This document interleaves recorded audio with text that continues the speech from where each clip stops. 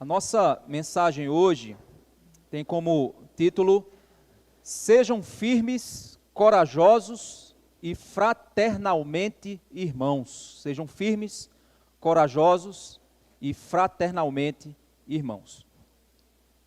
Você lembra, meu irmão, da última série, ali, sei lá, da Netflix, não sei, do Prime TV, não sei, que você assistiu por completa e chegou lá no final e você percebeu aquele clima de final? Tudo parece que está se encaixando e parece que a coisa chegou no seu fim e a vida ali não haverá mais após aquele capítulo. Não é um sentimento de que parece que tudo terminou bem, mas na realidade, se nós pensarmos, se os personagens fossem reais, não haveria esse clima de fim no fim da série. Na realidade, a vida possui desafios naturais que vão perdurar enquanto estivermos aqui. Cada temporada da nossa vida são desafios diferentes. Tem irmãos aqui que estão no desafio da escola, na temporada da escola. Tem outros que estão na temporada da faculdade, outros estão na temporada para se casar, outros estão na temporada do primeiro filho. E aí vai, alguns estão naquela temporada dos filhos tudo casando. A vida, na realidade, ela é feita de desafios. Nós não estamos aqui chegando no fim de uma série como essa de Coríntios, onde tudo parece que chega ao fim, mas o que nós vemos aqui no final são avisos. Avisos para que a gente venha continuar na vida real com a firmeza no Senhor. Pois o mundo real só vai terminar no novo céu e na nova terra. Ou Cristo voltando primeiro, ou nós indo nos encontrarmos com Ele. Enquanto estivermos aqui, irmãos, nós vamos viver desafios, expectativas. E o mais maravilhoso de tudo isso é que precisamos entender que a nossa jornada aqui não é uma jornada solitária. Nós nunca estamos sós. A gente precisa entender isso. Se você faz parte de uma igreja saudável, você não está só. E quando eu falo igreja, eu não estou falando de placa, como a gente viu semana passada. Eu estou falando do corpo de Cristo espalhado nesse mundo.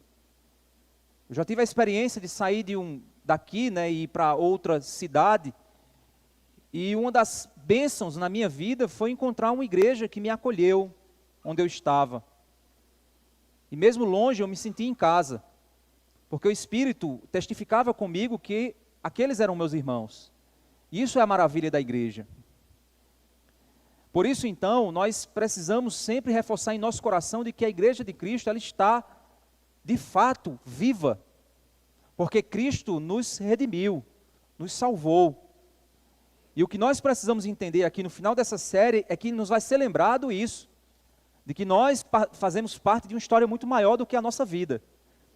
Nós somos parte de um corpo muito maior do que a nossa própria família. Nós estamos sendo direcionados para algo muito maior do que essa terra. E nós precisamos ser lembrados disso. C.S. Lewis disse que se nós fôssemos feitos para esse mundo, nós não desejaríamos coisas superiores. Mas o fato de que nós desejamos coisas maiores é fato de que nós não fomos feitos para cá. A gente só tem essa expectativa por esse encontro que a gente cantou aqui, porque nós não fomos feitos para esse mundo. Se fôssemos feitos para cá, haveria alguma coisa aqui que ia me satisfazer. Haveria talvez uma comida, uma experiência que ia fazer eu me sentir em casa.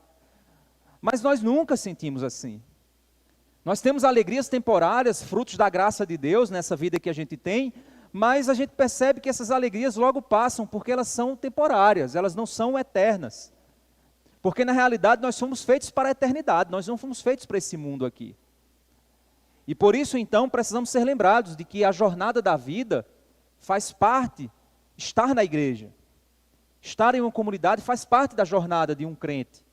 O crente não foi salvo para estar sozinho, o crente foi salvo para estar em rebanho. Porque o pastor, ele não pastoreia uma pessoa, ele pastoreia um rebanho. E nós precisamos ser lembrados disso. E é isso que nós vamos ver aqui, Paulo dando os últimos recados para aquele povo que ele escreveu aquela epístola. Diante disso, abram suas Bíblias em 1 Coríntios, capítulo 16. E vamos então iniciar nossa reflexão.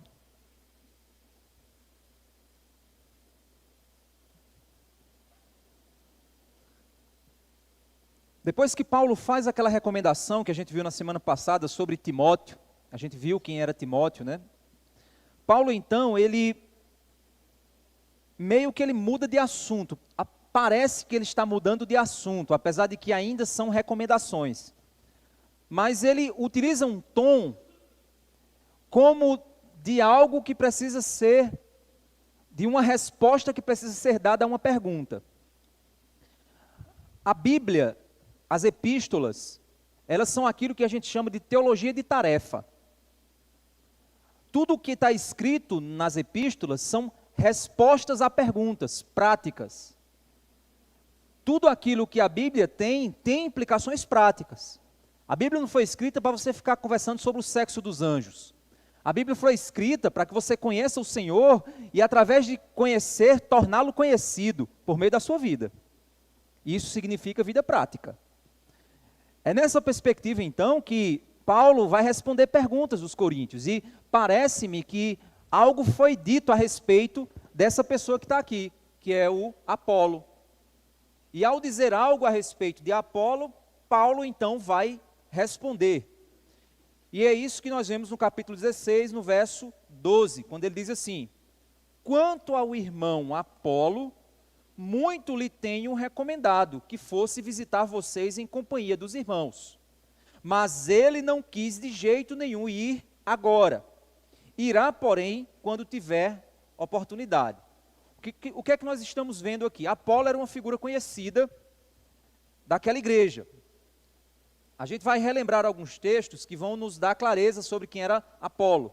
Mas o que nós vemos aqui é que a resposta é quanto ao irmão Apolo, quanto àquilo que você me escreveu, quanto àquela ideia que você perguntou, quanto ao irmão Apolo, muito lhe tenho recomendado que fosse visitar vocês.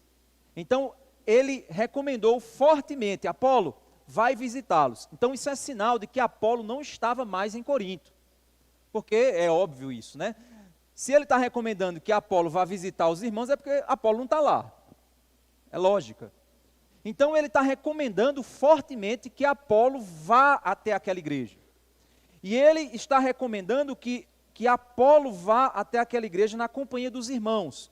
Provavelmente, essa carta foi entregue por uma caravana, uma pequena caravana de missionários. Não sabemos quem foi que levou a carta, mas uma pequena caravana de missionários foram desde o local onde Paulo estava até a cidade de Coríntios e levaram essa primeira carta aqui, 1 Coríntios, para eles. Então, foi nessa oportunidade em que Paulo disse a Apolo: aproveita a viagem e vai com os irmãos. Eles vão levar essa carta aqui, você aproveita e vai, por isso que está registrado aqui. Então, Paulo recomendou fortemente que Apolo fosse visitar os irmãos. No entanto, Apolo, o texto diz que, mas ele não quis de jeito nenhum ir agora. Não é dito que ele não quer ir, ele só não quer ir agora. E aí, gente, é interessante porque a gente não tem informação do porquê que ele não queria ir. Existe uma série de inferências a respeito do que poderia estar acontecendo. Alguns afirmam que poderia ser uma questão financeira, que não permitia que Apolo fosse. Outros afirmam que poderia ser algum tipo de enfermidade que fez Apolo não ir naquele momento. Outros chegam a dizer que poderia ser alguma treta que aconteceu e Apolo disse: não, eu não vou agora não, eu vou depois. É interessante a gente entender que a igreja de Cristo, ela só muda de endereço. Ela só muda de lugar. Mas ela sempre vai ter as mesmas batalhas e as mesmas lutas. E aí você pode dizer: pastor, por que você está dizendo isso? Você está dizendo que Apolo estava com confusão com o povo e não queria ir lá perdoar eles, ou não queria ir até eles. Mas vamos tentar entender, inferir algumas coisas a partir das informações que a gente tem. É óbvio que essa inferência não pode ser inerrante, porque só é inerrante aquilo que a Bíblia diz de modo claro. Eu tenho ensinado isso para vocês nesses anos todos, né? Eu não posso ficar viajando aqui dizendo: isso aqui, essa minha viagem aqui é palavra de Deus. Não, a palavra de Deus é o que ele disse aqui de modo claro. Então a gente precisa agora, nesse momento, vamos visitar 3 textos aqui, que vai fazer a gente relembrar o tom contido no clima aqui da carta, nesse período em que ela foi escrita. Vamos aqui, então, para 1 Coríntios, lá no capítulo 1. Vamos voltar lá para o capítulo 1. O verso 11 ao verso 13, nós temos uma informação interessante. A gente já viu aqui esse texto, né? Ele diz assim, no verso 11: Pois, meus irmãos, fui informado a respeito de vocês por alguns membros da casa de Cloé, que há brigas entre vocês. O povo estava brigando, estava debatendo, brigando, discutindo, estava havendo confusão dentro da igreja. No verso 12 ele vai dizer qual é o debate, qual é a confusão e qual é a briga deles. Refiro-me ao fato de que cada um de vocês dizer: eu sou de Paulo, eu sou de Apolo, eu sou de Cefas, eu sou de Cristo. Então aqui tinha 4 grupos dentro da igreja. 4 grupos brigando. Não era toda a igreja que estava dividida em 4 grupos não, mas tinha 4 grupos, 4 panelinhas que estavam brigando entre si. Uma panelinha dizia que era de Paulo. Eu sigo a escola de Paulo. É igual hoje, eu sou calvinista, eu sou arminiano, eu sou isso, sou pentecostal, eu sou reformado, eu sou... É uma lógica muito semelhante, mas você tinha ali o grupinho que dizia o seguinte: eu sigo a linha de Paulo. Eu sou paulino. Aí tinha um outro grupo que dizia assim: eu sou de Apolo, eu sou apolino. Eu sou de Apolo. Eu sigo a linha de Apolo. Então a gente percebe que Apolo tinha uma influência dentro da igreja, assim como Paulo. Mas não só Apolo. Tinha um grupo também de Cefas, que era Pedro. Né? O outro nome de Pedro era Cefas. Então tinha um grupo que dizia assim: eu sou de Pedro. Alguns teólogos inferem o seguinte aspecto: cada grupo desse tinha uma linha de pensamento muito distinta. O grupo mais, vamos dizer assim, o grupo mais teológico era o grupo de Paulo. Tinha uma pegada mais teológica. Aí tinha o grupo mais filosófico, que era o grupo de Apolo. E tinha um grupo mais conservador, mais durão, que era o grupo de Pedro. Porque cada um desses podia representar uma escola diferente. Mas eles estavam debatendo em relação a isso. Mas tinha também um grupo, uma panelinha que dizia o seguinte: eu sou direto de Jesus. Eu acho que era o grupo lá do Lázaro, do Olodum, né, aquele que morreu. Eu sou de Jesus, eu sou de Jesus, Pronto, esse grupo aqui é o grupo do Olodum. Era o grupo de Jesus. Que alguns dizem que provavelmente era o grupo mais espiritual. Era o grupo de maior espiritualidade. Eu não tenho linha doutrinária nenhuma, eu sigo direto a de Jesus. Esse negócio para mim tem... Gente, todo mundo tem doutrina, todo mundo tem linha, todo mundo tem uma compreensão, porque para quem estuda teologia sabe que a teologia é a reflexão a partir da Escritura. E toda vez que você olhar para a Bíblia e refletir, você vai seguir uma conclusão. E a conclusão que você vai seguir vai se alinhar com a conclusão de alguém, que alguém já teve. E aí, no fim das contas, você vai descobrir que você é alguma coisa que você não sabia que você era, mas que você é. A maioria de vocês que me vêm aqui pregando vão chegar e dizer: o pastor é calvinista. Você vai chegar a essa conclusão. Vai ter momentos que eu vou pregar aqui e vai dizer: não, ele agora é arminiano. Você vai chegar a essa conclusão. Você vai dizer: mas ele é de quem? Ele é de Jesus. É o grupo do Olodum, né? Mas isso não significa dizer que a gente pode tornar as nossas linhas superiores à nossa unidade. Esse é o problema que está aqui. Eles estavam dividindo a igreja a partir de linhas que eram subprodutos de reflexão teológica, subprodutos de falas dos mestres, que naturalmente tinham diferenças entre si.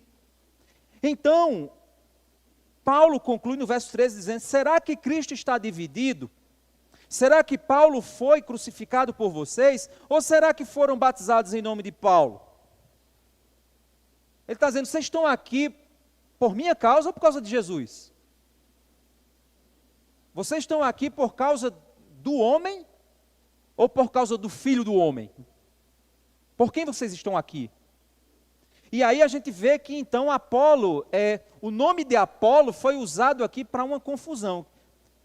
É óbvio que se Apolo tivesse à frente dessa confusão aqui, Paulo tinha descido lá a marreta, tinha dito assim: Apolo é um divisor, Apolo é um caba complicado, cuidado com ele que ele gosta de dividir o povo de Deus. Não, Apolo não era assim.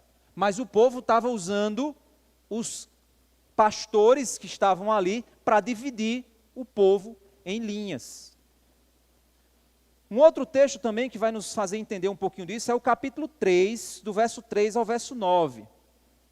Ele diz assim, ó: porque se há ciúmes e brigas entre vocês, será que isso não mostra que vocês são carnais e andam segundo os padrões humanos? Então, ciúme dentro da igreja, briga por cargo. Isso é meninice, gente. Isso é carnalidade. Isso é coisa de uma igreja que não está lutando pela sua saúde. Por isso que a igreja tem que ter sabedoria para não promover pessoas que pensam assim. Se você vê que tem um camarada que quer posição, quer visibilidade, quer cargo dentro da igreja, deixa ele morrer na cadeira.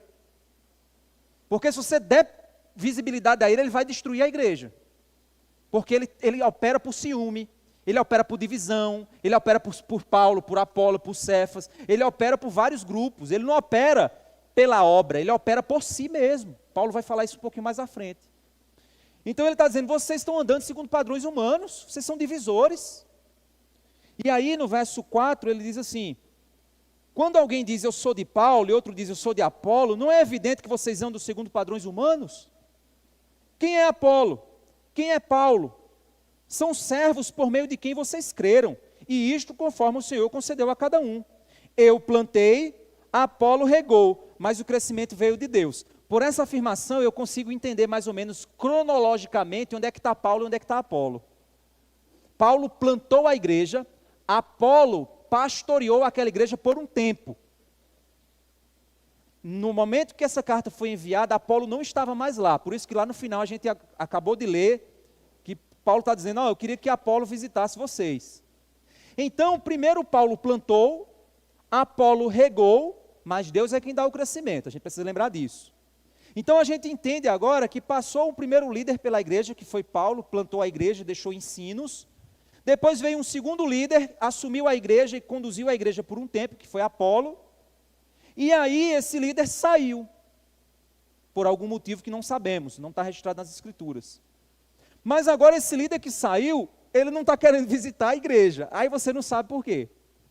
A gente não tem informação para isso. Mas não, depois eu vou lá visitar. A gente não sabe a razão. Financeira, enfermidade, era uma treta que não foi resolvida, não sabemos. Outro texto que nos dá também o sentido para isso é no capítulo 4, versos 5 e verso 6. Ele diz assim, ó: portanto, não julguem nada antes do tempo, até que venha o Senhor, o qual não somente trará à plena luz as coisas ocultas nas trevas, mas também manifestará os desígnios dos corações. E então cada um receberá o seu louvor da parte de Deus. Ele está falando a respeito, aqui a gente já viu, né, nas mensagens anteriores, ele está falando a respeito de servir a Cristo, fazer a coisa correta, pregar a palavra, fazer a obra, e deixar que Deus guie o resultado. Nós não servimos condicionados pela opinião do povo. Isso é um fato importante, irmãos. Nós temos que guiar a igreja e liderar a igreja, não com base na minha opinião pessoal, nem na opinião do povo. Porque o que nós servimos é a Deus, e guiamos a igreja a partir da palavra do Senhor. Então Paulo está deixando claro, olha, a gente aqui não está seguindo a nossa cabeça, não. A gente está seguindo aqui aquilo que é o que Deus fez. Então, Deus vai manifestar no tempo devido o desígnio do coração de cada um. E então cada um vai receber o louvor que lhe é devido, de acordo com aquilo que ele fez, segundo a vontade de Deus. No verso 6, então, do capítulo 4, ele diz assim: meus irmãos, apliquei estas coisas figuradamente a mim mesmo e a Apolo, por causa de vocês, para que por nosso exemplo vocês aprendam isto, não ultrapassem o que está escrito, para que ninguém se encha de orgulho a favor de um e em prejuízo de outro. Então, olha só que interessante, mais uma vez aqui a ideia Paulo e Apolo está presente. Esses líderes que estavam ali cuidando da igreja e que, pela carnalidade do povo, começava a gerar no coração do povo um tipo de fla-flu. Eu sou da velha guarda. É igual a gente aqui, eu sou da prata, era bom na época da prata. Não, eu sou daqui, não, era bom na época da quadra. Não, é bom nessa época aqui. As pessoas, elas fazem isso é carnalidade. No lugar dela olhar e ver o que Deus está fazendo, o crescimento que Deus está dando, ela fica buscando nomes para se faccionar, para se dividir, para criar o seu grupo. E aí ela fica ali, não, era bom na época do Egito, a gente comia carne, mas era espancado, era humilhado, as mulheres eram estupradas, mas o bom é porque comia carne lá no Egito. E nesse deserto a gente está aqui livre, sem passar mais, só comendo esse maná nojento. Era assim que o povo pensava. E Paulo está deixando claro aqui, olha, isso é carnalidade. Então aquela igreja, ela tinha essa carnalidade, tinha pessoas ali apegadas a padrões humanos. Elas não estavam interessadas no que Deus estava fazendo na igreja. Elas não estavam interessadas no crescimento que Deus estava dando. Ela estava interessada em Paulo, em Apolo, em Cefas ou seus super espirituais em Cristo. Era isso que estava dividindo a igreja. Então, a gente tem agora um líder lá fora que de alguma forma está dizendo, não, eu não vou lá agora não, depois eu vou. Por qual razão? Não sabemos. Mas Paulo está deixando claro que ele irá visitá-los. Aquele líder irá visitá-los. É interessante, né? A gente às vezes pensa, né, que as igrejas daquele período eram igrejas sem problemas. A gente acha que existe igreja sem problema. Até que surgiu o problema para esse mundo foi no 6º dia, quando o homem foi feito. Aí começou a desobediência, começou... É óbvio que Deus, ele é soberano, sabe todas as coisas, e todos os propósitos de Deus são gloriosos, né? Mas eu fico pensando, se Adão e Eva não fossem criados, até hoje os animaizinhos estavam aí, felizes da vida, vivendo a vidinha deles, bem felizes lá e tal. Aí o ser humano faz o quê? Segue seu próprio coração, segue seu próprio pensamento. Não quer obedecer a Deus, não quer seguir a vontade de Deus. Aí Deus vai e nos redime, nos torna uma igreja, nos dá líderes, que nos pastoreiam, que não são perfeitos, e que no tempo devido Deus dá e Deus tira. Aí a gente, no lugar de experimentar a bondade de Deus e a graça de Deus, o que é que a gente começa a fazer? Dividir, ter inveja, ter ciúme, ter disputas. A gente continua destruindo. Aí a gente vai, cria esse ambiente. Aí se você tem uma liderança passiva, porque tem muita igreja com liderança passiva. A liderança está vendo, mas faz de conta que não está vendo. Não vou me meter com isso não, deixa isso para lá, arrumar problema não, e tal. Não cuida da saúde da igreja. A igreja começa a experimentar adoecimento, enfermidade espiritual. Aí a própria atitude pecaminosa do próprio povo da igreja gera uma igreja enferma. Então, no fim das contas, por que eu estou dizendo isso? Porque no fim das contas somos nós o problema e a solução. É a nossa atitude. A nossa atitude é que é o problema e a nossa atitude é que é a solução. E Paulo passou a carta inteira falando disso. Agora, no final, os irmãos perguntaram, Paulo, cadê Apolo? Aí Apolo, quanto ao irmão Apolo, gente, talvez tinha um grupo dizendo assim, Apolo não aguentou. Não era um cara espiritual. Paulo não, Paulo era um cara espiritual. Ou então o grupo de Cefas. Apolo, o pior tempo da igreja foi quando Apolo assumiu.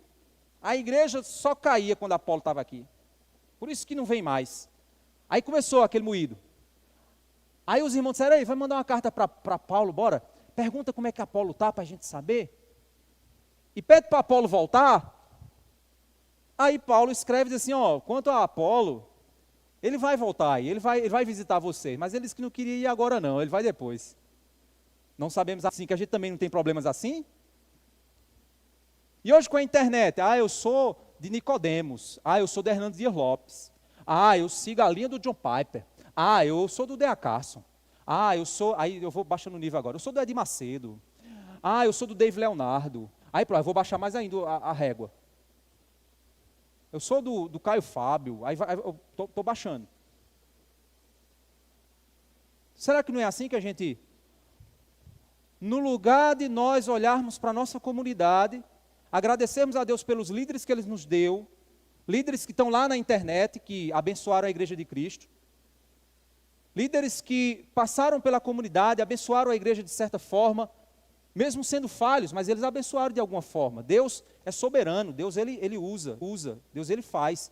Mais para frente a gente vai ver que Paulo, ele faz recomendação de alguns líderes.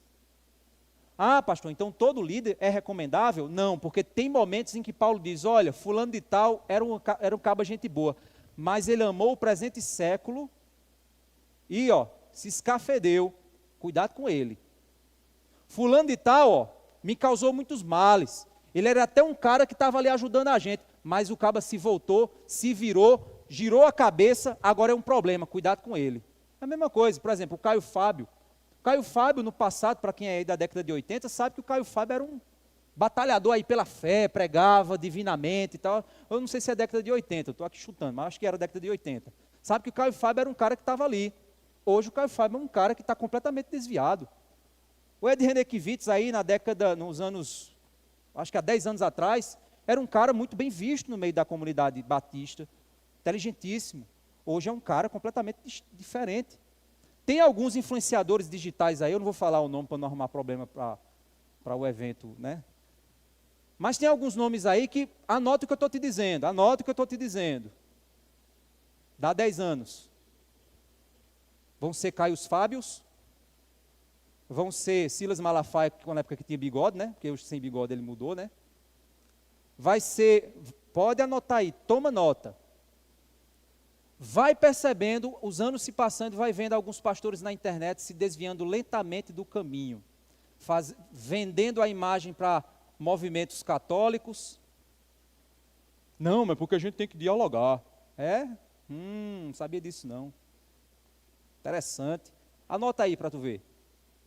Então o que é que a gente precisa entender? A gente precisa entender o contexto do que Deus está fazendo. A gente precisa então entender que Deus está movendo a igreja. A gente tem que entender o contexto das lideranças que estão lá fora, das lideranças que estão aqui, das lideranças que passaram. E temos que continuar se movendo como igreja, à medida que o tempo vai passando, vamos nos movendo. A coisa mais comum que vai acontecer, se Deus me permitir que eu passe alguns anos aqui, vai acontecer, sei lá, daqui a 10, 20 anos, não sei quando é que Jesus vai dizer para eu pendurar minha chuteira, mas vai chegar o momento, aí vai ter, com certeza vai ter gente que vai olhar para o pastor que vem na minha sequência, aí vai dizer assim, não, era melhor na época do pastor Lázaro. Fazer a mesma coisa, gente, é a mesma atitude. Hoje pode ser que eu não seja bom o suficiente para você, mas um dia você vai olhar, porque o problema do coração humano é que ele nunca está satisfeito. E aí um dia você vai dizer, não, era bom na época do pastor Lázaro. Esse pastor que está vindo aí não sabe de nada. E aí depois que esse que vai vir, ficar velhinho também e sair, aí vai a mesma coisa. E é assim que vai. Eu não estou falando de herege não, gente. Herege, gente que se entregou ao pecado, a gente tem que dizer, não, está entregue ao pecado. Infelizmente se perdeu. Como Paulo diz, Demas amou o presente século e se perdeu. Cuidado com ele. Mas é o mover de Deus. E aí Paulo, então, diante desses alertas, vamos voltar lá para 1 Coríntios 16. Aí Paulo, então, depois ele chega e fala aqui no verso 13. Ele então volta-se para a igreja e diz assim, fiquem alertas. Interessante, né, no contexto. Fiquem alertas. Permaneçam firmes na fé. Mantenha-se firme na fé. Mostrem coragem. Não seja uma igreja covarde, não. Que se adapta ao espírito da época. Que se adequa à agenda. Que fica militando para aquilo que é uma vergonha, gente. Eu me considero um cara de mentalidade conservadora. Pelo menos os crentes deveriam ter essa mentalidade, né, mais conservadora do que progressista. Mas foi uma vergonha o que a igreja fez no período de política, recentemente, alguns anos atrás, trazendo pessoas e botando nos púlpitos, pastores dizendo aqui, essa igreja é sua, fulano de tal. Pelo amor de Deus, isso é uma vergonha.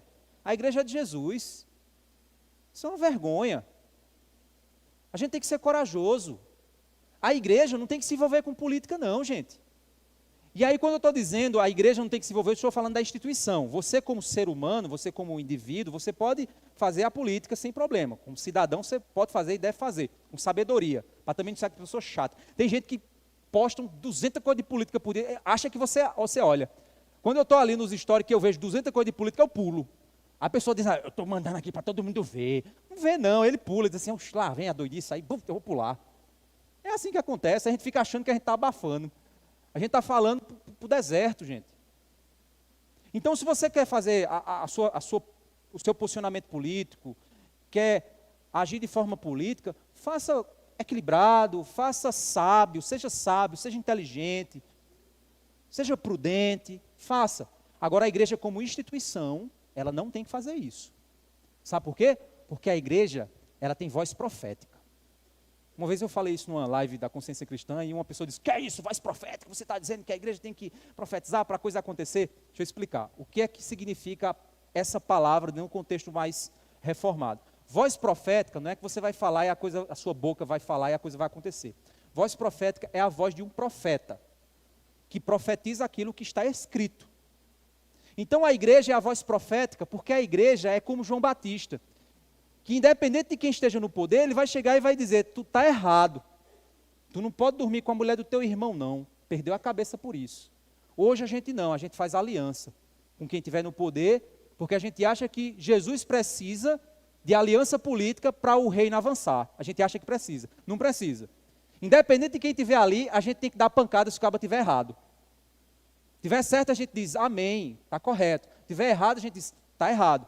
Quando a igreja se alinha, ela perde a capacidade de ser assim. Por quê? Porque ela fica com o rabo preso.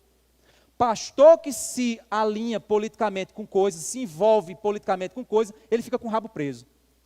Porque na hora que ele for falar, ele diz assim, eu sei por que ele está dizendo isso. Porque ele é assim, ó, com assim, com sem, é isso que acontece. Ele perde a moral. Então nós temos que ser corajosos para desafiar o status que tiver no lugar. Porque o nosso compromisso, a nossa coragem, é com as Escrituras e com a verdade do Evangelho. Então, fiquem alertas, permaneçam firmes na fé, mostrem coragem, sejam fortes. É isso que a igreja é um exército. Nós somos um exército que estamos batalhando. É óbvio que a gente não é o exército da violência.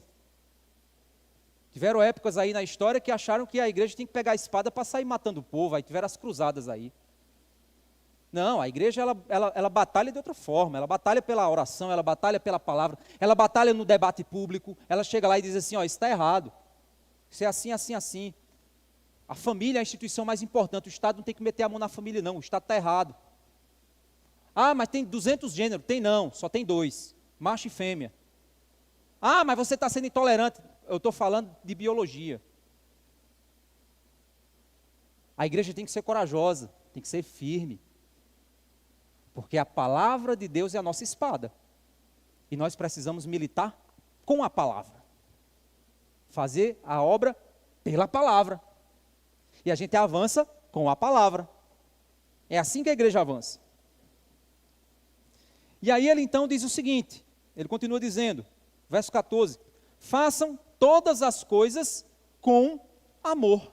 Lembra lá, ele usou um capítulo inteiro para falar disso, só do amor, o que é que o amor é.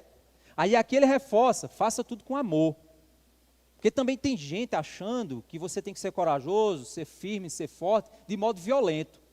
Tem pastores aí que acham que a pregação da palavra é ser virulento, é ser brucutu, é ser deseducado. Não.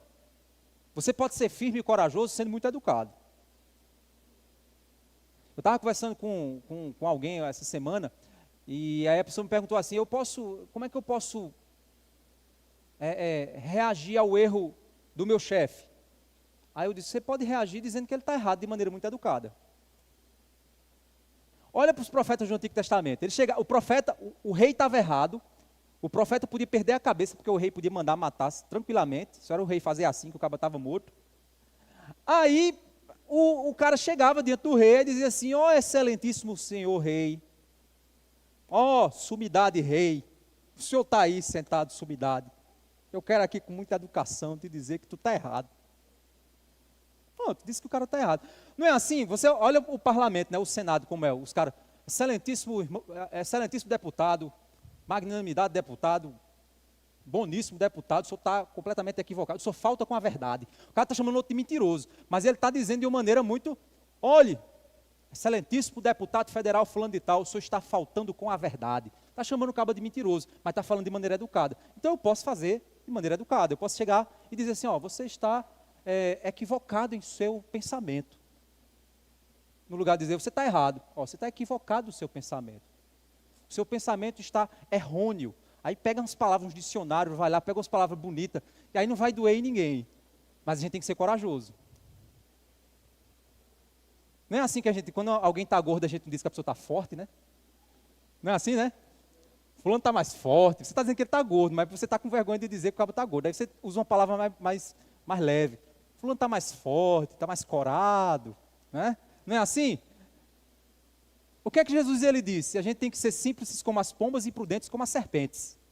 Então a gente tem que ter inteligência, a gente tem que ter coragem, a gente tem que militar, mas tudo isso a gente faz com amor. E isso é amor. É o respeito, é a tolerância, é a forma de falar. E a igreja então ela milita dessa forma. Paulo, ele usa a carta inteira para achar motivos de servir com amor. Ele mostra para a gente durante a carta inteira, olha, faça com amor, como é que se faz com amor? Ele usa 3 capítulos para mostrar que os dons estavam sendo usados para vaidade, os dons estavam sendo usados para divisão, os dons estavam sendo usados, no lugar de ser usado com amor, estava sendo usado para destruição. E aí ele mostra que não é para ser feito dessa forma. E aí ele mostra qual era o caminho mais excelente, o amor. E aí ele vai então falando como deveria ser feito. A igreja, ela não tem que ficar dando ouvidos às filosofias, ouvidos à cultura. Um dia desse, uma determinada pessoa, né, uma certa autoridade, chegou para mim numa reunião e disse assim, não, mas é porque a gente precisa entender que quando fala, tudo que fala de Deus é bom, né, pastor? Aí eu disse, olha, eu entendo o que você está dizendo, mas eu não concordo, porque a Bíblia diz que o diabo se disfarça até em anjo de luz para enganar as pessoas. Então tem muita gente usando o nome de Deus para avançar determinadas agendas, até agendas políticas. A pessoa era um político, até agendas políticas. A gente estava numa conversa informal, tal, e a pessoa falou isso, né? Aí eu fui educadamente e disse assim, ó, tem gente que usa o nome de Deus, ou seja, eu dei um recado, eu digo, ó, tu está usando o nome de Deus, cara, para avançar teus propósitos pessoais. Eu acho que talvez quando ele chegou em casa, ele disse assim, agora eu entendi o que é que ele quis dizer. Mas eu já estava longe. Então, mas a gente tem que ter sabedoria, tem que ter inteligência, tem que ter capacidade. A igreja, ela deve avançar pelas trincheiras, dessa forma, mas tudo com amor, porque a gente quer que o mundo conheça o nosso Senhor. Se você ama seu amigo, fale de Cristo para ele.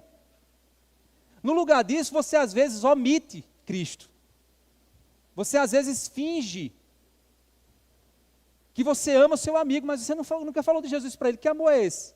Que omite a verdade. Que omite o destino eterno da alma do teu amigo. Não, mas eu amo meu amigo, meus amigos são os melhores, mas você nunca falou de Jesus para ele. Que tipo de amor é esse? Que não considera a eternidade de alguém. Então faça tudo com amor. Ele continua então no verso 17, dizendo assim, alegro-me com a vida de Estéfanas. Estéfanas é um homem, viu? É um nome diferente. Não é Estefânio, não. Estefânio é a adaptação de Estéfanas, né? Mas Estéfanas era um homem. Só que eu acho que ficaria estranho, né, Estéfanas? Botar teu nome de Estéfanas, né? Nosso irmão Estéfanas. Estéfanas, ele diz assim, os membros da casa de Estéfanas são as primícias da Acaia, e eles se consagraram ao serviço dos santos. Olha que interessante. O verso 15. Quando ele então se volta agora, ele vai falar sobre um grupo de pessoas que foram os primeiros convertidos da plantação da igreja dele naquela região. E aí, esses Estéfanas, que são os primeiros convertidos daquela missão, eles estavam ali na região da Acaia. Eles não somente foram os primeiros a serem alcançados pela evangelização de Paulo, mas eles também se consagraram ao serviço aos santos. O que é que está acontecendo aqui? Paulo está deixando claro que aquelas pessoas estavam servindo com entrega total. Elas olhavam para a obra que estava sendo realizada e na sua comunidade local, que era representada pela casa onde eles estavam, porque as igrejas elas se reuniam nas casas, se reuniam às vezes em pátios públicos, como acontecia ali em Jerusalém. Mas a maioria das igrejas, a gente não tinha templo como a gente tem. Isso foi acontecendo com o passar do tempo. Normalmente, as reuniões aconteciam em casas de pessoas que tinham certa condição financeira, porque as casas eram grandes. E aí as reuniões da igreja aconteciam na casa desses irmãos. Então, ele diz o seguinte, olha, a casa de Estéfanes são as primícias da Acaia. Eles não somente foram os primeiros a se converter, mas eles também acreditam nessa obra que Deus está fazendo. Eles se consagraram a servir, eles se entregaram completamente ao serviço da obra. Você já viu gente que é assim? Porque tem dois tipos de crente nos dias de hoje. Tem o crente que se consagra a servir a Deus e tem o crente que usa a igreja como um programa de fim de semana. Se você olhar para a agenda desse crente, você vai ver que ele tem várias atividades. Quando sobra um espaço, ele encaixa a igreja. Ou então ele tem várias atividades. A igreja é uma das muitas atribuições que ele tem na vida dele. Sabe por quê? Porque ele perdeu a capacidade de enxergar que o que nós estamos fazendo aqui tem um impacto eterno. Que o que nós estamos fazendo aqui é muito mais importante do que qualquer outra obra humana. Então, quando você sai da sua casa para vir adorar a Deus, você vem adorar o Rei dos Reis. Você não vem simplesmente participar de um culto, de assistir um culto, de ser entretido. Não, você vem para o lugar onde o Santo dos Santos se revela. O lugar mais importante do universo é uma igreja no domingo. É o lugar de adoração. Não é mais uma religião. Não é mais uma opção de programação. Mas sabe por que as pessoas não entendem isso? Porque elas estão secularizadas. Os crentes hoje são secularizados, eles perderam a capacidade de enxergar o que está acontecendo nesse mundo. Eles perderam a capacidade de entender que quando eles são salvos, eles foram libertos das trevas. Eles foram conduzidos para uma condição completamente nova de existência. Foi dado a eles um sentido de vida. Não foi dado a eles uma opção religiosa. Não foi dado a eles mais um caminho. Não foi dado a eles uma filosofia para viver. Eles foram levados da morte para a vida.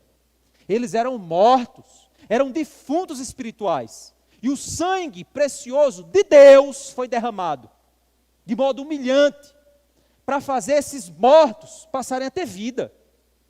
E de fato experimentarem vida abundante. Porque antes de conhecer a Cristo, você está morto, seguindo as paixões desse mundo, seguindo a moda, seguindo o que você quer. Mas depois que você recebe a Cristo, depois que você é regenerado pelo Espírito Santo, você passou a viver de verdade. Antes você era morto, agora você está vivo. Antes você era perdido, agora você foi achado. Antes você não tinha sentido para existir, agora você tem um rei. Então quando você vem no domingo, você não vem para uma opção religiosa. Você veio para ter um encontro com seu pai. Um encontro especial. Ah, mas eu posso ter um encontro com meu pai em casa. Ah, se fosse assim, ele não tinha mandado você vir para você congregar. Ah, mas eu não posso me ajoelhar no meu... Pode sim, você tem a obrigação de se ajoelhar no seu quarto, fazer sua oração, ter sua vida devocional. Mas faz parte, semanalmente, se encontrar com o povo de Deus e adorar os reis dos reis e o Senhor dos senhores. Alegrei-me quando me disseram, vamos à casa do Senhor. Esse é o espírito que Deus espera que a gente desenvolva na nossa caminhada. E por isso, então, nós precisamos entender que consagrar-se ao serviço dos santos é você entender que quando você está servindo a obra de Deus, ao povo de Deus, você está servindo a uma coisa eterna. É isso que você precisa entender. Ah, pastor, mas tem muito pastor ficando rico à custa do povo, dos voluntários. É verdade, gente. Tem gente fazendo isso mesmo. Tem igreja aí que são verdadeiras empresas, verdadeiros clubes. É verdade, tem isso sim. Mas também é semelhante verdade o fato de que essa obra é real. De que servir é um privilégio. Deus não tem voluntários, Ele tem servos. Você não está fazendo um favor para o Senhor. Você está tendo o privilégio de servir. E você precisa ter visão disso. Agora, se a igreja está errada, aí é outra história. Mas isso não faz com que o fato de que você precisa se consagrar para o serviço do Senhor ser uma realidade. E aqui a gente vê que Paulo está feliz, porque ele diz que os primeiros convertidos daquela igreja ali, daquela região ali, eram pessoas que se consagravam para o serviço dos santos. Aí no verso 16, ele usa uma linguagem interessante, porque parece-me que aquelas pessoas eram líderes na igreja, eram lideranças da igreja. Porque existem alguns tipos de liderança. Existe aquela liderança que de fato é servo, existe aquela liderança que tem cargo. Tem uma diferença, viu, gente? Nem todo mundo que tem cargo é líder. Eu aprendi isso nas empresas que eu passei. Você está numa reunião, aí alguém diz uma coisa bem crítica no meio da reunião. A primeira pessoa para quem todo mundo olha para ver a reação, aquele é o líder da reunião, nem sempre é o chefe que está lá. Todo mundo olha para ver, o que é que esse fulano vai pensar disso? Essa pessoa que é o líder. E aqui nessa igreja tinha disputas, tinha grupos, tinha moído, tinha gente querendo ficar maior do que o outro, tinha gente falando em língua, dizendo que o dom de língua era maior do que os outros, tinha gente profetizando e profetizando bobagem. Aí, nesse meio aí, tinha um grupo de pessoas que foram os primeiros convertidos da igreja, que provavelmente, por serem consagrados ao serviço, eles eram membros que disseram assim, rapaz, a coisa mais importante para mim é servir a Deus. Eu tenho certeza, para quem é mais antigo aqui na igreja, você sabe quem é membro dessa igreja e que respira a obra de Deus, você sabe. Pensa pelo menos uma pessoa aqui dos membros da Batista da Graça, pensa em pelo menos uma pessoa dizendo, rapaz, esse cara, ele ama a igreja. Tudo que é programação ele está envolvido, ele está ali, ele está se esforçando. Você vê que ele faz para servir, ele faz porque ele ama, ele está ali. O cara às vezes não tem cargo nenhum, mas o cara está ali. Ele quer servir, ele quer amar, ele quer ser útil. Você talvez conheça pessoas assim. Quando essas pessoas se tornam líderes, bênção para a igreja. Porque agora essa pessoa vai ter campo de influência. Amém. Que bom. Porque ele já servia sem ter cargo. Então o cargo é apenas um reconhecimento do que ele já fazia. E aí você deve conhecer pessoas assim. E aqui então, quando ele faz referência a isso, ele diz assim, ó, verso 16, portanto, sujeitem-se a essas pessoas, sujeitem-se a pessoas como eles, bem como a todo aquele que é cooperador e obreiro. Sabe o que estava acontecendo? Provavelmente, tinha gente política dentro da igreja. Porque, gente, não se engane não. Tem gente que engana mesmo. Tem gente que fala bem em público. Tem gente que sabe fazer a politicagem, gente. Tem gente assim dentro da igreja, pode ter certeza. Sabe fazer o esquema. E aí, provavelmente, naquela igreja, tinha gente fazendo isso. E adquirindo visibilidade, adquirindo posições, porque a própria igreja já era carnal, então ela valorizava o conversador. É o velho conversador. Aí ela valorizava o conversador. E o conversador estava lá, ganhando status dentro da igreja, porque o cara era conversador. Dentro de casa o bicho era o cão chupando manga, mas na igreja ele era o santarrão. Ele era o cara perfeito. E aí Paulo está corrigindo aqui, dizendo a eles o seguinte, olha, no lugar de vocês ficarem dando ouvido ao conversador, olha para quem tem de fato vida real, olha para quem se consagrou de verdade para o serviço da fé, olha para quem está dentro da comunidade, vivendo a comunidade. Olha para quem está ali, não aqueles que criticam porque vêm uma vez só por semana.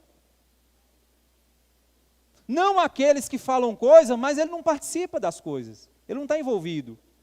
Então, olhe para aquele que se consagrou ao serviço. E aí, provavelmente, esses aqui que se consagraram ao serviço, a igreja talvez estivesse desprezando aquela pessoa que se consagrava ao serviço e estava ali liderando.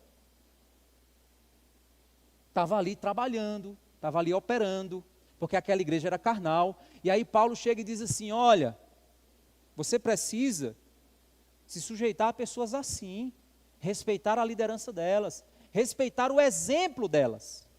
Respeita o exemplo dessas pessoas. Olha como ele se desgasta pela obra, olha como ele lidera, olha como ele faz, olha para a vida e veja o desgaste, e veja que é pessoas assim que são exemplo. Então sujeite-se a líderes assim. No verso 17, então, ele diz o seguinte, alegro-me com a vinda de Estéfanas, de Fortunato e de Acaico, porque eles supriram o que faltava da parte de vocês, porque trouxeram refrigério ao meu espírito e ao de vocês também. Deem o devido reconhecimento a homens como esses. Por isso que eles eram homens, né? Está vendo? A homens como esses. Estéfanas, Fortunato e Acaico, eles provavelmente saíram da igreja, fizeram uma viagem missionária e foram até onde Paulo estava. Chegando lá, Paulo encontrou eles e viu que eles estavam bem, vivendo uma fé útil, servindo com alegria. E apesar de que os membros da casa de Cloe disseram para Paulo que havia brigas e disputas e problemas dentro da igreja, esse grupo foi lá e disse a Paulo: Paulo, apesar dos problemas, mas tem gente fazendo obras maravilhosas lá. E aí Paulo diz assim: olha, eles chegaram aqui e me disseram coisas que me alegraram. Disseram coisas que trouxeram refrigério ao meu espírito. Ou seja, tem gente ainda sincera dentro da igreja. Tem gente ainda verdadeira com sua fé. Então, olhem para essas pessoas e sigam elas como exemplo. É isso que Paulo está dizendo. Para de ficar olhando para o David Leonardo. Vai olhar para quem tem fé real, quem tem obra verdadeira. Eu vi hoje uma frase que dizia assim: o pastor da outra igreja é melhor do que o teu, porque ele ainda não te pastoreia. Porque depois que ele começar a te pastorear, ele já se torna o pior. Interessante isso, não é assim? É sempre a grama do vizinho. A gente é assim, gente. Eu sou convidado, às vezes, para pregar em outros locais, aí eu vou lá, prego, né, tal. Aí, conversando com o pastor diz: mas interessante, tudo que você disse é o que eu digo para a igreja, mas parece que quando alguém vem de fora é que o povo escuta. Aí o cabo vem de fora e diz a mesma coisa que eu digo, fala: aí, pastor, tá vendo? O pastor Lázaro veio aqui, ó, e falou, é verdade. É mesmo. Mas é mesmo, gente. O sentimento é esse mesmo. Eu posso morrer de dizer coisa aqui, aí tu vê uma coisa na internet e diz: é isso mesmo. O pastor Lázaro não diz isso, mas isso aqui, ó, isso é verdade. Ele devia dizer esse tipo de coisa, mas talvez eu já esteja dizendo. Mas é assim que a gente funciona. Então o que é que a gente precisa fazer? A gente precisa olhar e saber que tem pessoas sinceras dentro da nossa comunidade, servindo a Deus com alegria, com amor. Se essas pessoas são líderes, amém. Olhe para a vida delas, siga o exemplo delas, se esmerem em fazer a obra de Deus da mesma forma. Paulo está dizendo aqui, apesar das dificuldades entre vocês, mas esses irmãos aqui me trouxeram notícias que me refrigeraram a alma. Então deem o devido reconhecimento a homens como esse, que fazem a obra corretamente, que lutam pela verdade, que vivem vidas de serviço, de consagração aos santos.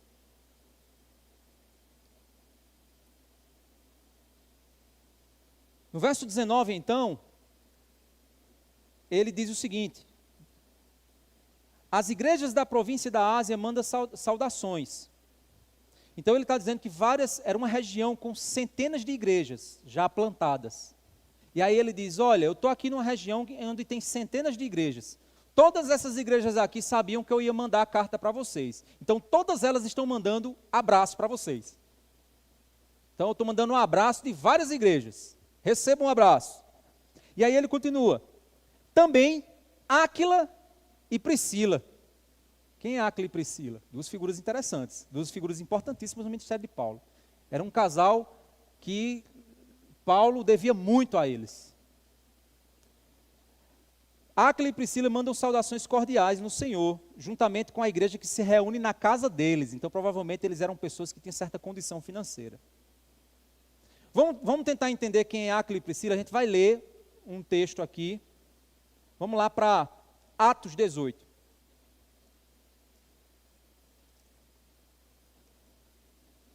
Atos 18. A gente vai descobrir quem são eles. Atos 18, do 1 ao 11.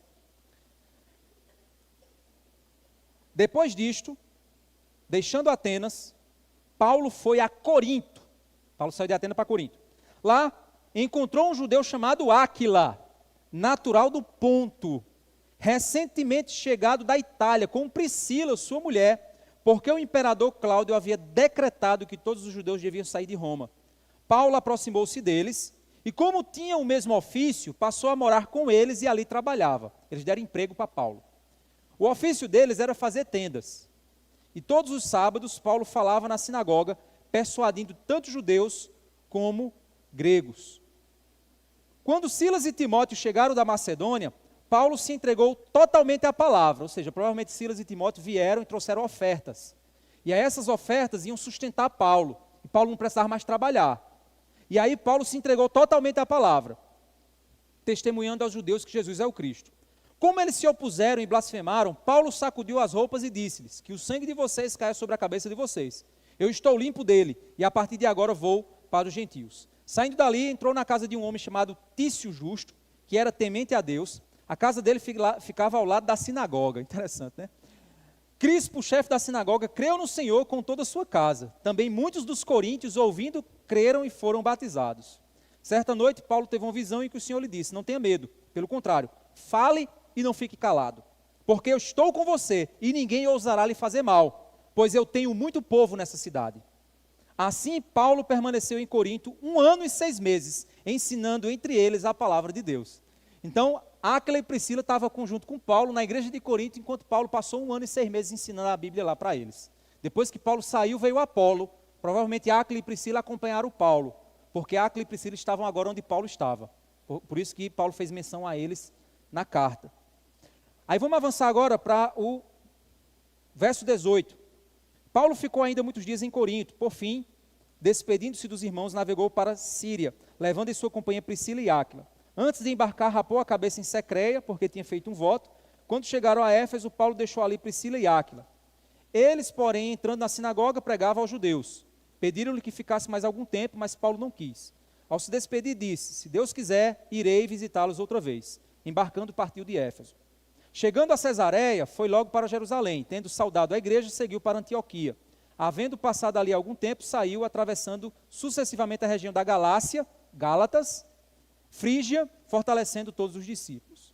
Nesse meio termo, olha só, chegou a Éfeso um judeu natural de Alexandria, chamado Apolo, homem eloquente, poderoso nas escrituras. O bicho era inteligente, falava bem.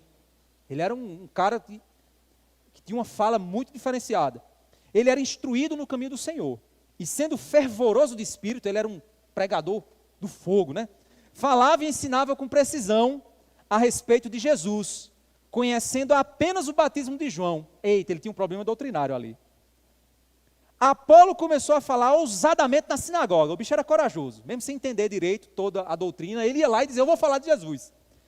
Quando Priscila e Áquila o ouviram falar, levaram-no consigo e com mais exatidão lhe expuseram o caminho de Deus. Eu acho que Áquila e Priscila estavam lá sentados e ele falando umas bobagens, e eles, ai meu Deus, ai, heresia, ai. Camarada, vem cá, vamos ali na minha casa, eu vou te dar um curso particular de teologia. E aí, Áquila e Priscila ajudaram Apolo. Quando ele resolveu percorrer a Caia, os irmãos animaram e escreveram aos discípulos para que o recebessem bem. Tendo chegado Apolo, auxiliou muito aqueles que mediante a graça haviam crido, porque com grande poder convencia publicamente os judeus, provando por meio das escrituras que Jesus é o Cristo. Aconteceu que enquanto Apolo estava em Corinto, Paulo, tendo passado pelas regiões mais altas, chegou a Éfeso. Olha aí, Apolo foi treinado por Priscila e Áquila. Depois do treinamento, o cara foi direto para Corinto e assumiu a igreja de Corinto. E Paulo foi-se embora para continuar a obra em outros cantos. E Apolo ficou lá. O povo já tinha passado por Paulo, agora estava recebendo a ajuda de Apolo. Paulo, então, agora, na região onde ele está escrevendo a carta, ele disse, sabe quem está mandando um abraço para vocês? Priscila e Áquila. A igreja, olha os irmãos Priscila e Áquila, que legal, estão mandando um abraço para a gente. A gente lembra, tempo bom aquele. Eita, Áquila tinha uma voz maravilhosa. Eita, Priscila, rapaz, era uma mulher sábia, olha só, era tão bom ouvir os conselhos dela. Mas Paulo, e Apolo? Não, Apolo, ele disse que vai ficar um tempinho aqui, depois ele vai aí. Não sabemos por quê. Vamos, chegamos no fim do nosso tempo, né? 1 hora. Mas eu quero ler aqui, gente, um trecho que, para mim, mexe muito comigo. E eu quero que você faça um exercício, se você puder. Não sei quanto tempo de fé você tem, mas depois tente escrever como se você escrevesse uma carta de agradecimento. E vá pondo o nome de pessoas que ajudaram você na obra, que foram bênção na sua vida, e que ajudaram você na caminhada, por onde você passou. Irmãos que você diz, rapaz, esse irmão já está na glória. Aquele outro que você diz, rapaz, esse cara era tão bom, mas se desviou. Aquele que você diz assim, rapaz, era tão bom se ele estivesse aqui comigo, mas ele está lá em outro lugar. Tente fazer esse exercício. Olha o que é que Paulo fez aqui, em Romanos 16. Ele diz assim, Romanos 16, 1. Recomendo-lhes a nossa irmã Febe, que está servindo a igreja de Cencreia, para que vocês a recebam no Senhor como convém aos santos, e ajudem em tudo o que de vocês vier e precisar. Porque ela tem sido protetora de muitos, inclusive de mim. Provavelmente essa mulher era rica, e ela usava o dinheiro e as propriedades dela para proteger os cristãos enquanto estavam sendo perseguidos. Provavelmente ela escondia gente, ela pagava para o povo sair da prisão. Então ela era uma mulher que usava sua riqueza para ajudar. Tem muitas mulheres fortes, viu gente, nas escrituras, muitas, que elas podiam não estar pregando, mas elas estavam fazendo coisas grandiosas para Deus. Verso 3, saúdem Priscila e Áquila, meus cooperadores em Cristo Jesus, os quais pela minha vida arriscaram sua própria cabeça. Isto lhes agradeço não somente eu, mas também todas as igrejas dos gentios. Saúdem igualmente a igreja que se reúne na casa deles. Saúde meu querido Epêneto, primeiro fruto da fé em Cristo na província da Ásia. Saúdem Maria, que muito trabalhou por vocês. Saúde Andrônicos e Júnias, meus parentes e companheiros de prisão, os quais são bem conhecidos entre os apóstolos, estavam em Cristo antes de mim. Saúdem Amplíato, nome aí para quem quer ser pai, viu? Meu querido amigo no Senhor. Saúdem Urbano, que é nosso cooperador em Cristo, e também meu amado Estaques. Saúdem Apeles, aprovado em Cristo. Saúdem o da casa de Aristóbulo. Saúde meu parente Herodião. Saúde os da casa de Narciso, que estão no Senhor. Saúdem Trifena e Trifosa, as quais trabalham no Senhor. Eram duas irmãs, gente, Trifena e Trifosa. Interessante, né?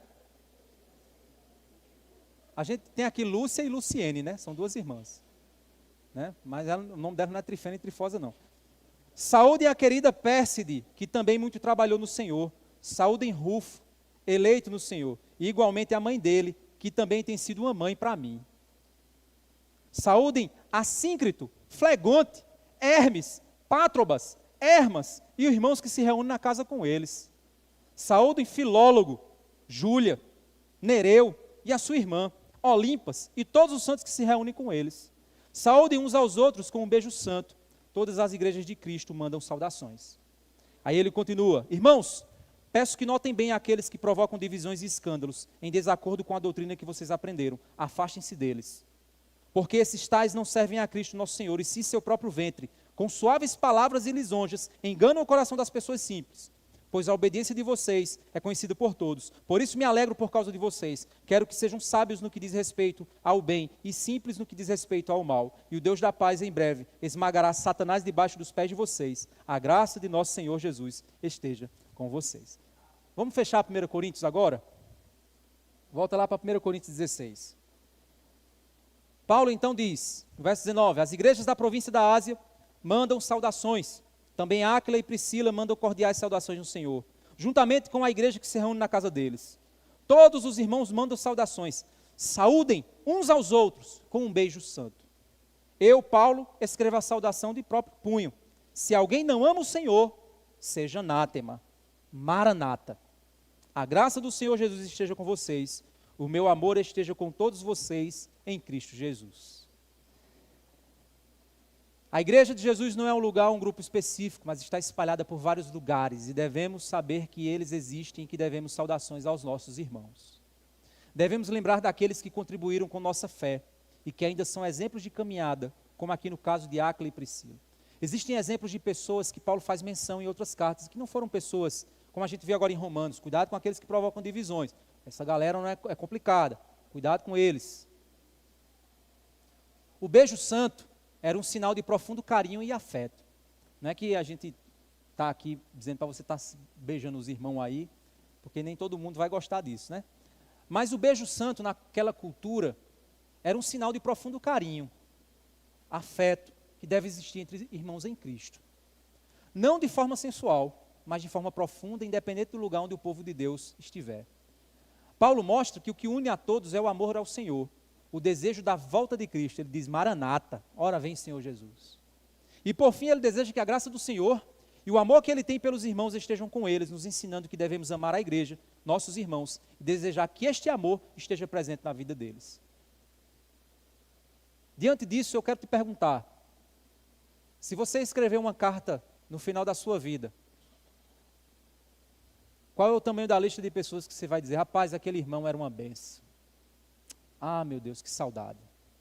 Quais vão ser as pessoas que você vai dizer assim, rapaz, dê um abraço apertado ali em Silas, ó, dê um abraço apertado nele. Vamos lá, ó, André, diz a ele aí, André, aquelas viagens que a gente fazia lá para Desterro, era muito bom. Como é que vai ser essa sua carta? Porque, gente, é isso, essa carta, com certeza, eu imagino que vai ter um mural lá no céu. Um mural bem grande assim. Isso é coisa da minha cabeça, viu? Se alguém cortar isso aqui, vai dizer, ó, o herege. Vai ter um mural bem grande no céu, com essas cartas escritas, assim, grandes assim, ó. Fulano de tal cooperou com isso, fulano de tal cooperou com isso, fulano de tal. Nós, Igreja Batista da Graça, temos pessoas a dizer, ó, fulano de tal cooperou com nossa vida. Vocês lembram, a gente perdeu tudo lá, e aí fomos para a quadra, e a gente montava e desmontava, e aquela agonia, e depois a gente foi, e aí o pastor olhou e disse assim, vamos ali para aquele terreno ali, vamos construir. As pessoas que vieram, um deu um saco de cimento, outro foi lá, fez uma coisa aqui, outra ali. Quantas pessoas não fizeram essa obra? Como é abençoador. E a gente vai poder chegar no céu, sentar, conversar por toda a eternidade, lembrando, porque a nossa mente, eu acredito que vai ser uma mente muito mais potente do que essa que a gente tem. E a gente vai lembrar nome por nome. E a gente vai ter a oportunidade de reencontrar essas pessoas e dar um abraço nelas e dizer obrigado. Obrigado. Eu tenho um irmão chamado Samuel, que ele é de São João do Cariri.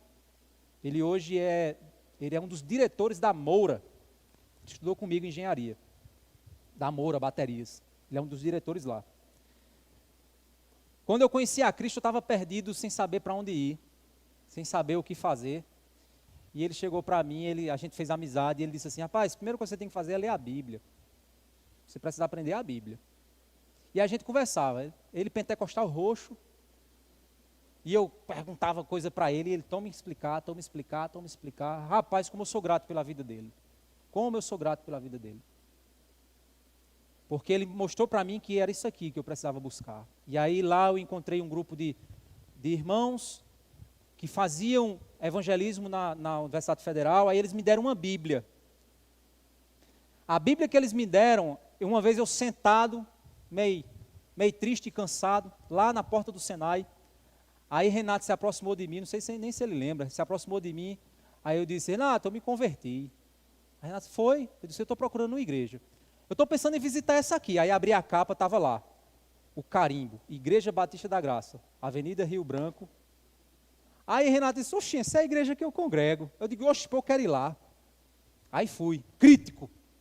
Aí disse, Renato, eu quero ir numa igreja que ensina a verdade, porque eu já fui numa igreja ali, o povo raspou a cabeça e ficava dizendo que era um voto que tinha que fazer para Deus. Eu digo, não quero essa igreja assim não. Aí fui na aula de Robson Tavares.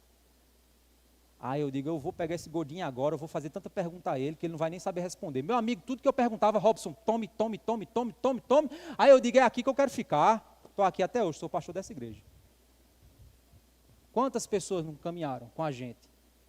Quantas pessoas a gente não vai lembrar? De cada momento. Como é abençoador, irmãos. E a gente fecha essa carta sabendo disso. Que a igreja de Cristo, ela é muito mais do que um prédio, do que uma parede. Ela vai no espaço, ela vai no tempo, ela vai em qualquer nação, ela vai em qualquer lugar. E é ela que no fim a gente vai ser grato a Deus por todas as centenas, milhares e milhões de histórias que a gente vai ouvir a respeito do que Deus fez enquanto a gente andou nesse mundo. Amém?